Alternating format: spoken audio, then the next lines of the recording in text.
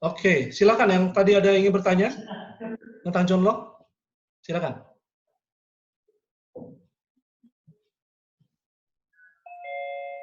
Belum masuk. Tunggu.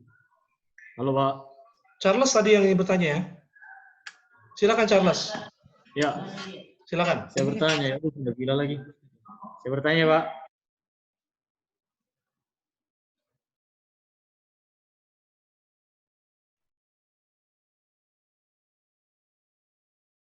Halo Charles. Dia keluar, Pak. Charles nggak mau, Pak. Keluar. Nggak boleh. Lanjut aja, Pak. Ayo, waktu kita habis nanti, sayang ini. Jangan. Oke. Halo, silakan. Silakan. Kalau nggak ada Saya pertanyaan, saya bertanya, masih Pak. lanjut dengan banyak sekali yang mesti saya sampaikan. Ya, silakan.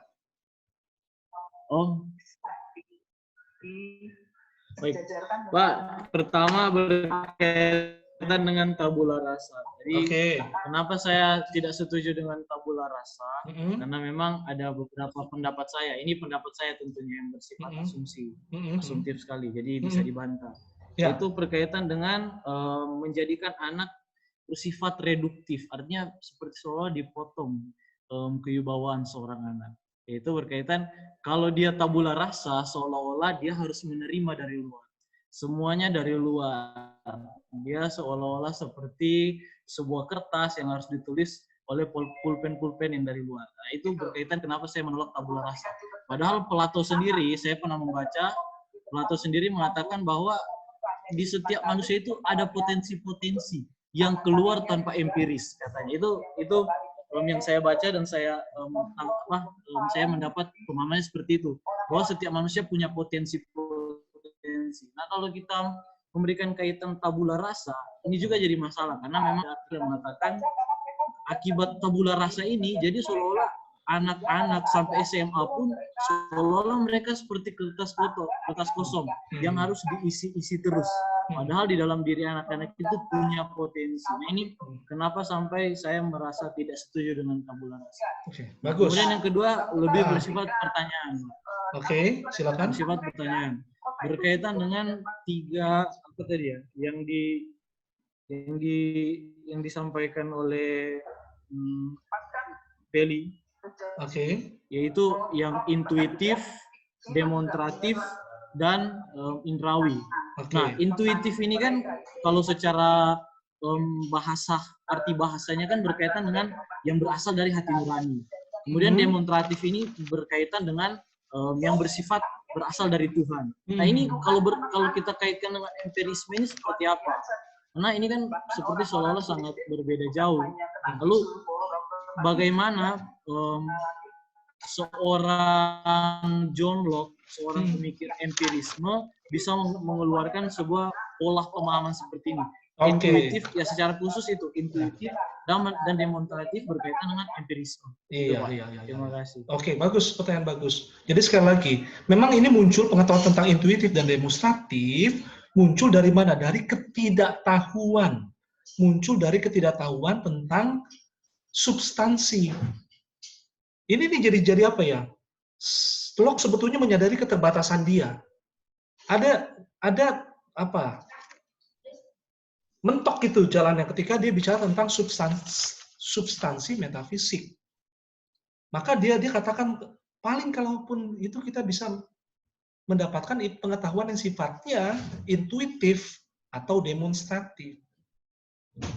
Memang ini agak, kalau dibilang orang-orang yang empirisme yang memang kalian empirisme banget gitu ya, yang nggak nanggung-nanggung seperti David Hume, dia akan menolak ini. Dia bilang itu, ya itu nggak ada lah, itu sama sekali nggak ada.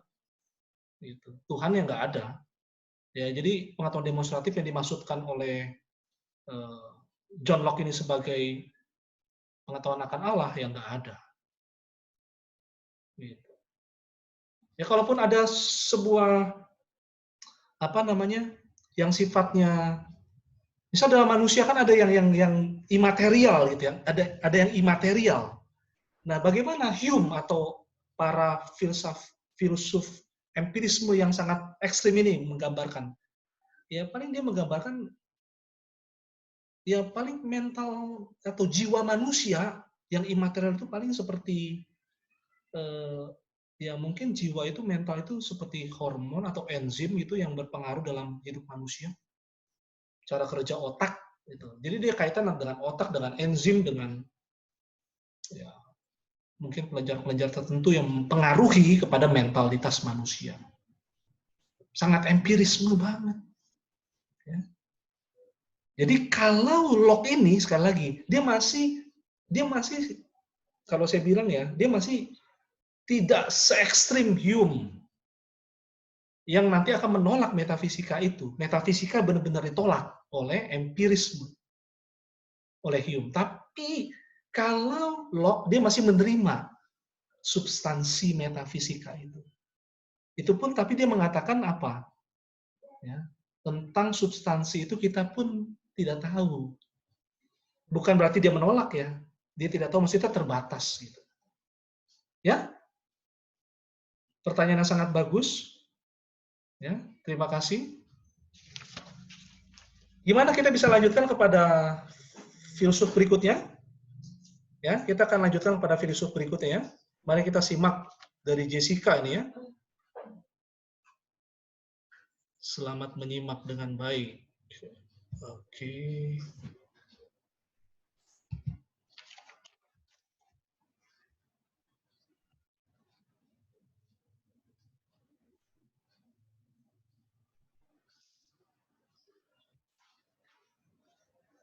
Bersama saya Jessica Bowole, saat ini kita akan membahas seorang filsuf yang bernama Hegel.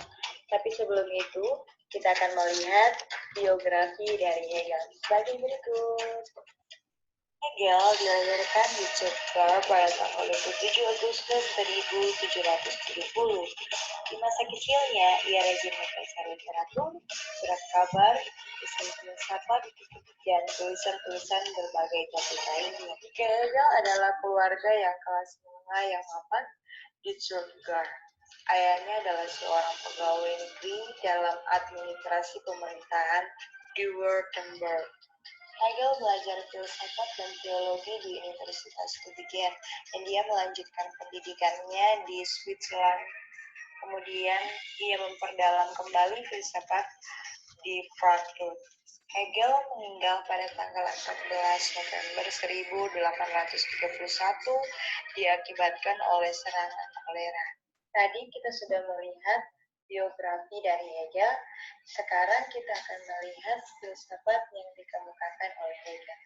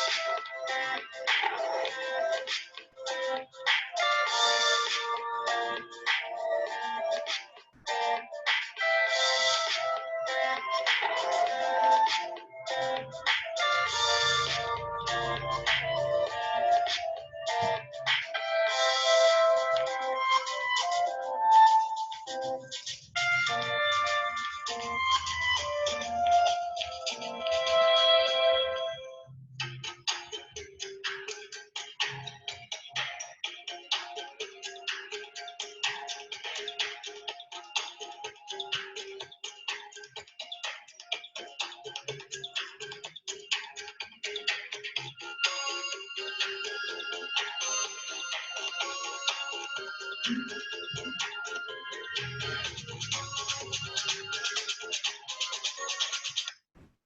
sudah melihat filsafat yang dikemukakan oleh Hegel. Hegel memiliki pemikiran yang lebih tinggi dari Kant, sebab ia melihat moralitas tidak hanya sebatas keyakinan dalam hati, melainkan harus diimplementasikan dalam tatanan sosial. Dia juga melihat bahwa seseorang memiliki kebebasan dalam membaca dan menafsirkan Alkitab sendiri. Ini memang baik, karena orang Kristen tidak berpatokan kepada tafsiran tradisi gereja. Akan tetapi, hal ini juga berbahaya apabila seseorang menafsirkan Alkitab tidak memakai prinsip-prinsip hermeneutik yang benar. Oke, sampai di sana.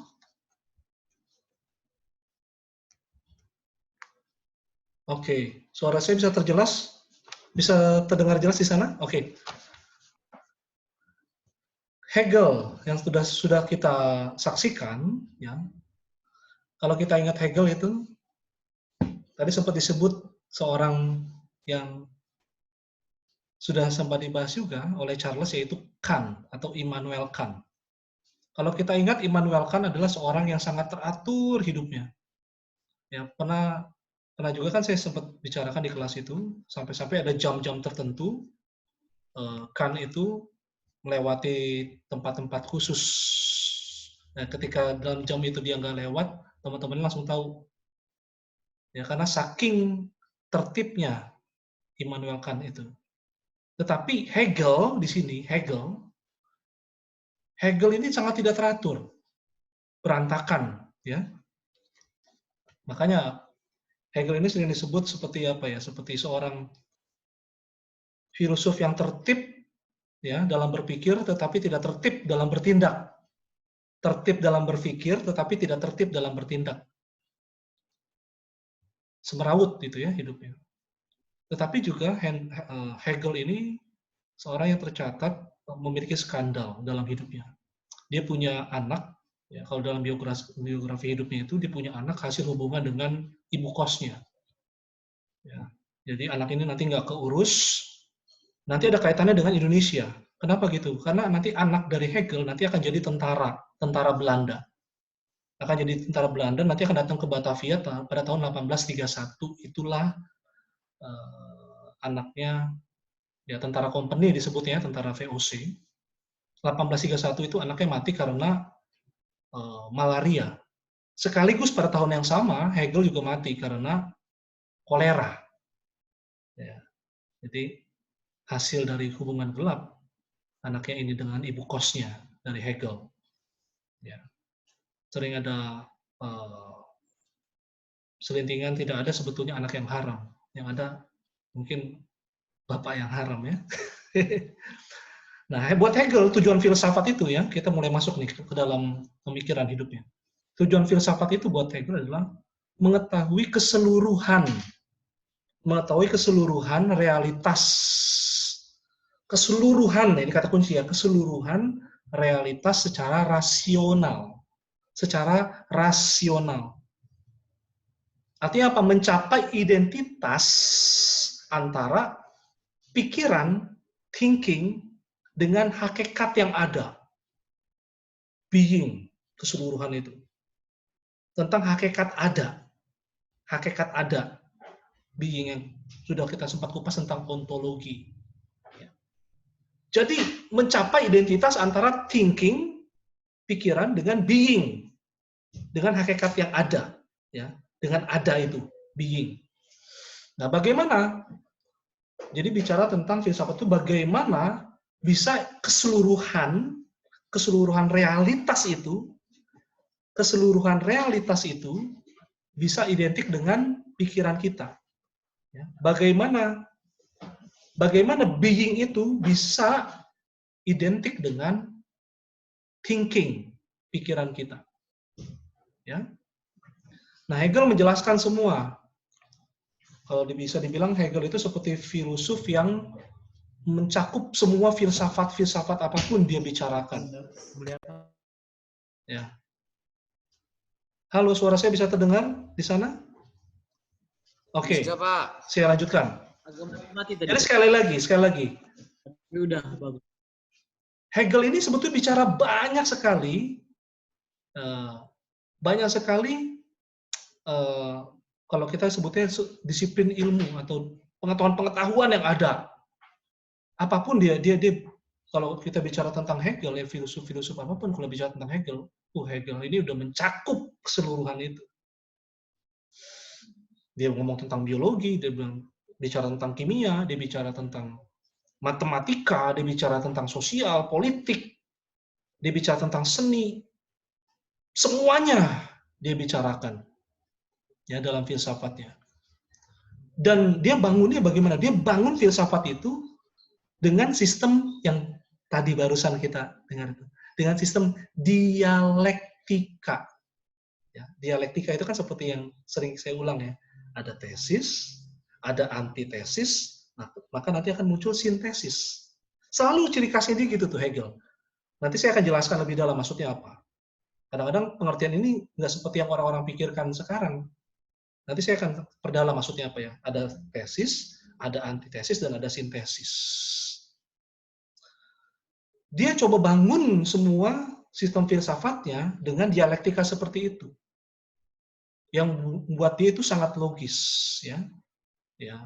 Jadi nanti pengetahuan-pengetahuan yang dia bicarakan itu nanti seperti ada tingkatan.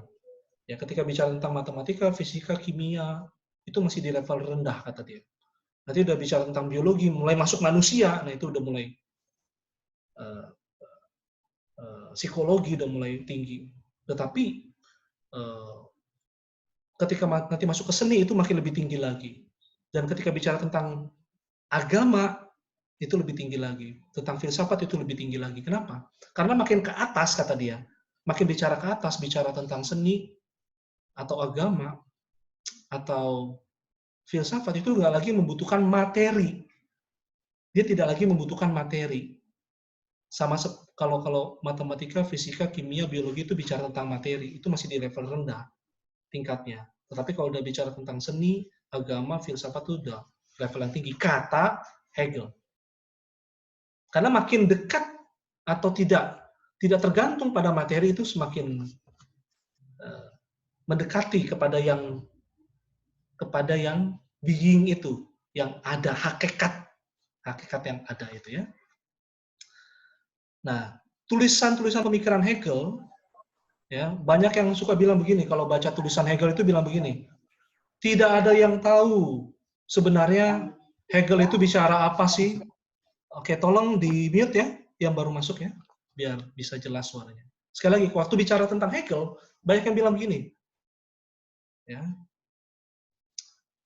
tidak ada yang tahu sebenarnya Hegel itu bicara apa sih. Ya, apa sih sebetulnya maksudnya dari Hegel? Susah sekali orang bisa memahaminya. Kenapa begitu? Karena ini ambigunya dia. Begitu ambigu Hegel itu, ya. Ini sekaligus menjadi keunikan dari Hegel. Loh, orang-orang yang pemikirannya ambigu malah jadi keunikan. Nah, ini saya kita coba melihatnya secara menyeluruh ya, bukan kita langsung sentimen negatif kepada dia, enggak, kita coba belajar dulu. Jadi ambigu ini maksudnya adalah ambigu itu dari filsafat yang begitu ambigu, tapi dalam. Itu bisa ditafsirkan ini atau itu. Bisa ditafsirkan sebagai ini, bisa ditafsirkan sebagai itu. Jadi konsepnya yang ditawarkan oleh Hegel itu bisa ditafsirkan ini itu ke berbagai cara. Ke berbagai cara. Ya. Maka Hegel itu menjadi seperti sumber interpretasi ya, interpretasi ya, penafsiran, interpretasi filosofis yang nggak ada habis-habisnya. Karena apa? Ambiguitasnya itu. Karena ambiguitasnya yang sekaligus dalam. Gitu ya. Nah itu tercermin dari mana? Tercermin dari yang tadi, dialektikanya tadi. Tercermin dari konsep dialektikanya yang sulit. Ya.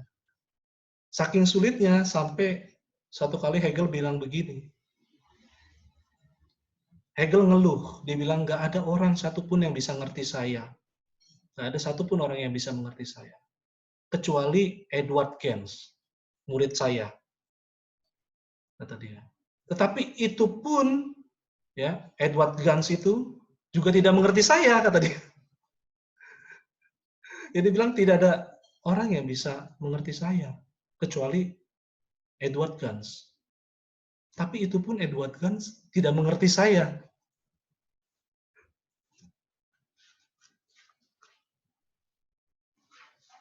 Jadi kalau kita paham tentang Hegel, berarti justru kita mengakui, ya, mengakui bahwa dia memang tidak mungkin bisa dipahami, tidak mungkin bisa dilampaui. Saya akan jelaskan nanti lebih dalam. Ya.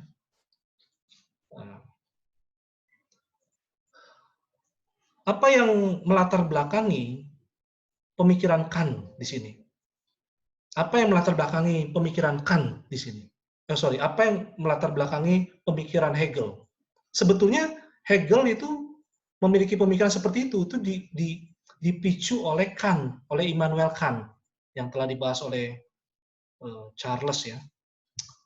Tentang apa? Tentang pengetahuan yang transendental itu, yang transenden, ya, nun jauh, ya.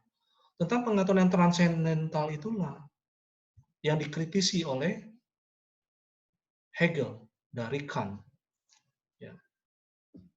Tentang transendental, pengetahuan transendental, tentang struktur pemikiran dan seterusnya. Buat dia itu nggak masuk akal. Buat Hegel pemikiran Kant itu. Lalu tentang kritik akal budi murni dari Kant, itu kan udah dibahas, ya, beberapa waktu lalu. Bahwa kan bilang begini, kalau dalam kritik akal budi kan bilang gini, ya, sebelum kita mengetahui, kita harus lebih dahulu meneliti syarat kemampuan atau alat yang digunakan untuk mengetahui. Ya, maksudnya pikiran kita. Pikiran kita itu seperti alat untuk mengetahui objek. Sehingga kita harus, apa dia bilang tadi? Kita harus meneliti lebih dulu syarat-syarat kemampuan alatnya itu loh, di sini diteliti dulu syarat-syaratnya, ya, untuk mengetahui suatu objek sehingga kita tahu apa yang menjadi batas-batasnya. Ya. Contohnya kan sama seperti sebelum kita menggunakan gitar, kita harus tahu dulu, ya, kita tahu gitar itu untuk iringan musik, ya. Gitar itu untuk iringan musik, gitu kan. Nah, kita harus meneliti lebih dulu apa guna dari gitar itu, kata dia. Apa guna dari alat itu? Ya, alat itu. Jadi dia umpamain seperti itulah. Jangan sampai nanti gitar, ya, misalnya Charles gitu, ya, gunakan gitar itu justru untuk menyendok air di bak mandi misalnya. Itu yang dikritisi oleh Hegel kepada Kant, bahwa itu nggak masuk akal, harus memeriksa syarat-syarat dari pengetahuan. Kenapa begini? Begini dia bilang gini. Sebelum kita mengetahui, kita harus lebih dulu mengetahui syarat-syarat pengetahuan atau syarat-syarat pengetahuan atau alat itu disebutnya. Harusnya kan konsisten kalau menurut Hegel, ya. Harusnya kan konsisten dong. Artinya apa? Kan harus juga meneliti syarat-syarat pengetahuan itu. Karena syarat pengetahuan itu kan sama dengan pengetahuan. Ya. Dari syarat pengetahuan itu harus diketahui, dipelajari lagi, diteliti lagi, mundur tanpa batas, kata dia. Itu sama aja seperti gila. Kata Hegel, ya.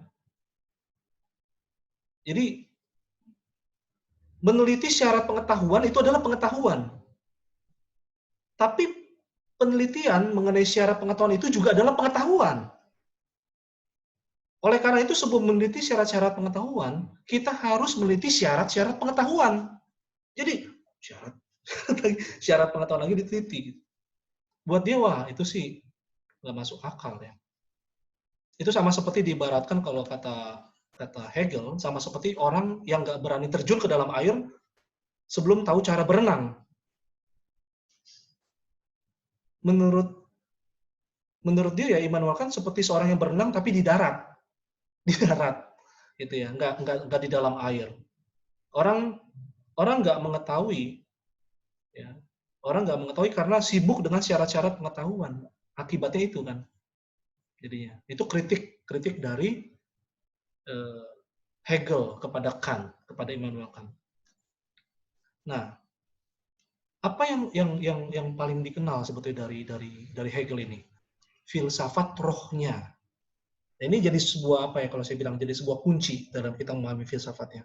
Filsafat roh itu seperti apa sih? Bukan kayak kita apa ya? Filsafat roh itu bukan kayak kita bicara tentang sekarang ngeroh gitu, bukan. Saya jelasin di sini ya. Filsafat roh yang dimaksud adalah seperti guys filosofi, bahwa seluruh alam semesta, nanti perhatikan ya, seluruh alam semesta ini tidak lain adalah roh itu sendiri. Ya, katakan seluruh alam semesta ini tidak lain adalah roh itu sendiri. Nah,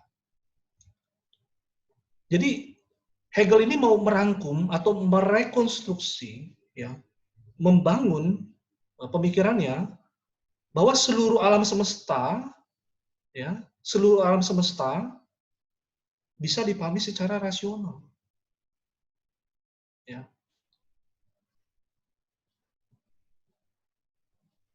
Saya ulang ya. Karena buat dia alam semesta, seluruh alam semesta ini tidak lain hakikatnya adalah roh. Seluruh alam semesta ini hakikatnya adalah roh. Ya. Dan kalau Hegel ini kan seorang Protestan ya, seorang Kristen, maka dia memahami itu sebagai Tuhan. Ya. Hakikat alam semesta ini ya Tuhan, kata dia gitu. Karena hakikat alam semesta ini adalah roh, filsafatnya filsafat roh itu ya. Nah, roh itu, kata dia, roh itu mewahyukan, roh itu menyatakan dirinya. Roh itu mewahyukan, menyatakan dirinya, itulah alam semesta yang terwujud dalam materi. Roh itu imateri. Alam semesta itu materi. Jadi dia melihat filsafat roh itu seperti itu ya. Roh yang menyatakan dirinya di dalam alam semesta yang materi. Jadi roh mewahyukan dirinya melalui proses dialektis. Melalui proses dialektis. Tesis, sintesis, antitesis. Maksudnya apa? Maksudnya gini. Yang pertama, bahwa roh ya pada dirinya sendiri, roh pada dirinya sendiri itu sama seperti kita bayangkan Allah sebelum menciptakan dunia atau alam semesta. Roh pada dirinya sendiri. Yaitu Allah sebelum menciptakan alam semesta. Lalu Tuhan menciptakan tuh alam semesta. Ya, dia melihat alam semesta itu juga adalah hakikatnya Tuhan kalau begitu. Tetapi Tuhan dalam bentuk yang lain, kata Hegel, yaitu dalam bentuk materi. Kenapa begitu? Kenapa alam semesta bisa dikatakan itu adalah hakikat Tuhan? Ya karena itu adalah karyanya, karya Tuhan, karyanya sebagai proses realisasi diri Tuhan. Ya, sebagai proses realisasi diri Tuhan. Jadi Tuhan buat dia nih ya. Jadi kita cermati nih. Tuhan itu dalam dirinya sendiri, ya, Tuhan dalam dirinya sendiri dia bedakan nih. Tuhan dalam dirinya sendiri yaitu bicara tentang sebelum penciptaan kosmik atau alam semesta. Sebelum penciptaan kosmik atau alam semesta, dan nanti bicara juga tentang Tuhan untuk dirinya sendiri. Ini kalau nggak diperhatikan nanti kalian bisa lost, sayang sekali. Jadi Tuhan dalam dirinya sendiri itu sebelum penciptaan, dan Tuhan untuk dirinya sendiri. Untuk dirinya sendiri itu alam semesta. Jadi di alam semesta itu ada Tuhan, tapi dalam bentuk materi. Ilustrasinya seperti apa? Dia kasih contoh ilustrasi seperti pematung. Ini seperti yang tadi ya, tesis, antitesis, sintesis. Pematung.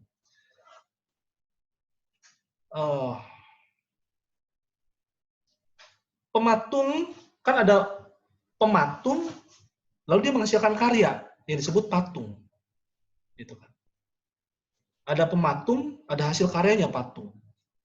Ya, ini menjadi ilustrasi seperti Allah, Sang Pencipta dengan manusia, alam semesta sebagai ciptaan. Sebagai ciptaan. Ya. Ilustrasinya tentang pematung dan patung. Dikatakan begini, pematung kalau belum ciptakan patung, berarti dia masih abstrak. Berarti dia masih abstrak sebagai pematung. Kenapa? Karena belum ada karyanya. Dia masih abstrak, belum ada karyanya. Ya. Dia masih pematung dalam dirinya sendiri. Yang pertama tadi. Belum apa? Belum pematung untuk dirinya sendiri. Untuk diri sendiri itu akan konkret ketika apa? Ketika terjadi patung itu diciptakan. Jadi pematung itu buat Hegel ya, pematung itu hadir. Pematung itu hadir karena patung itu tidak lain adalah realisasi dirinya, yaitu Tuhan sendiri. Kalau patung itu dirusak, ya sama seperti ia merusak juga pematung. Pematung juga ketika melihat hasil karyanya, dilihat patungnya, lalu dia menyadari disitulah, menyadari dirinya sebagai pematung. Jadi seperti tesis, antitesis, balik lagi nanti sintesis menjadi tesis. Dia melihat dirinya sebagai pematung dari hasil karya patungnya itu, menjadi tesis baru lagi.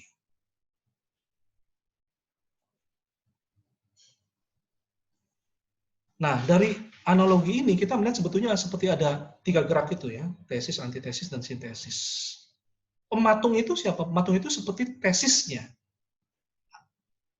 Patung ciptaan itu seperti antitesisnya. Ya. Kenapa disebut antitesis? Karena nanti mereka akan menghasilkan suatu sintesis, menghasilkan suatu sintesis. Ya. Mereka, ya jadi gini, patung itu bukan pematung. Pematung itu bukan patung. Ya. Patung bukan pematung, tetapi pematung itu juga hadir di sini dalam bentuk patung. Ketika pematung itu menyadari ini patung manifestasi dirinya, maka dia akan kembali lagi kepada tesisnya sebagai pematung. Itulah sintesisnya. Buat orang-orang pada saat itu tidak mudah untuk memikirkan dari Hegel tentang ambiguitas ini, seperti kayak apa ya? Koin, 2 sisi koin gitu ya. 2 sisi koin. Berbeda tapi sama. Sama tapi berbeda. Gitu. Ya. Nah, gambaran tentang Tuhan sebagai pencipta alam semesta, ya, itu seperti kayak tadi ya. Pertama ada Tuhan dalam alam semesta, dalam Tuhan ada dalam alam semesta, tapi bentuknya materi, kata Hegel. Tuhan ada dalam alam semesta, dalam bentuk materi. Lalu yang kedua, alam semesta, tapi itu pun alam semesta terbatas. Tetapi Tuhan tidak terbatas. Yang pertama dibilang tadi kan ada Tuhan dalam alam semesta, dalam bentuk materi. Lalu yang kedua dibilang alam semesta itu terbatas, tapi Tuhan tidak terbatas. Jadi, Tuhan itu identik dengan alam semesta, sekaligus berbeda. Yang disebut nanti nih, ya, ini penting sekali, yang disebut sebagai identity indifference. Identitas dalam keberbedaan. Itulah dialektikanya. Itulah dialektikanya. Nah, prinsip identity indifferent ini, ya, identitas dalam keberbedaan ini, seperti ini. Tuhan itu ya Tuhan. Alam semesta itu ya alam semesta. Tuhan itu roh, imaterial. Alam semesta itu materi. Itu kan berbeda. Tetapi juga Hegel mengatakan itu berbeda. Tetapi juga mereka identik. Mereka identik, ya, alam semesta juga, di dalamnya ada Tuhan. Tetapi Tuhan dalam bentuk materi. Melalui kehadirannya, melalui kehadiran alam semesta, atau creation itu, ciptaan itu, Tuhan menjadi sah, kata dia. Menjadi sah sebagai Tuhan Sang Pencipta. The Creator. Dari creation, muncullah kesadaran sebagai The Creator, pencipta. Nah, pertanyaannya, mengapa Tuhan harus menciptakan dunia? Mengapa Tuhan harus menciptakan dunia? Nah, kita akan coba diskusikan ini